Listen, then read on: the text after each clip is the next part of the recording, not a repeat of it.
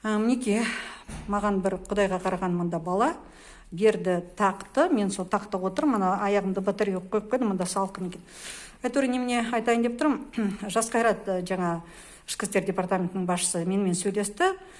Ол айтады, қазір оның мына бір қағаздары қолына тию керек, соттың шешімі шықты, ол қазір сізге өзі звондайды. Мен айттым, мен звондамағанша мен шықпаймын дедім.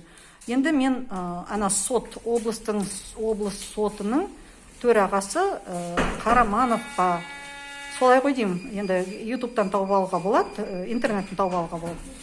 Әйтеуір сөздің қысқасы, олар енді соттағанда бір күн отқытып бәленбай сот болды, барлығын жазықсыздарды, мен жазықты туралы ештеңе айтпаймын, соттап тастады бір моментте. Енді оларға мысал үшін уақыт жетпей жатыр, кеше Сұңғатпен жіберуге мысал үшін Диасты.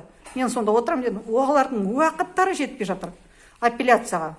Мінекей, өйткені олар да қазақ тіліне қарсы, ұлттық мүддеге қарсы сот, әділсіз сот, мінекей енді үлгермей жатырмыз деп, бір сутка 4-5 бет қарайды.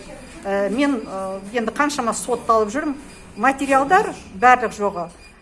Мына адамның жазған хаты, қалай түсініктемесі, сосын полицейскийдің баянаты, сосын хаттама полиция толтырған, сол барлық материалдар осы. Сосын соттың қаулысы. Мінекей, 4 қағаз.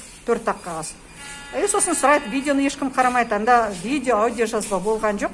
Сен анда митингта болдың ба, жоқ па? Олар қарап жатқан жоқ ана видеоларда, мен қаншама білем. Өйткені мен сұрады, сен болдың ба, жоқ па? Мен айттым, болдым, иә. Болды, сол 91 мыңды маған іліп қойды. Хотя ескерту беруге болушы еді.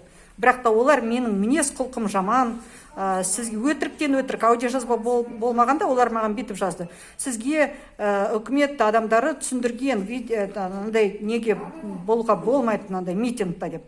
Тоқаевтың айтқаны жазықсыз адамдарды нетіңдер, қудаламаңдар, оларды шығарыңдар, олардың жазасын нетіңдер деген, олар құлаққа қыстырмайды көбінде.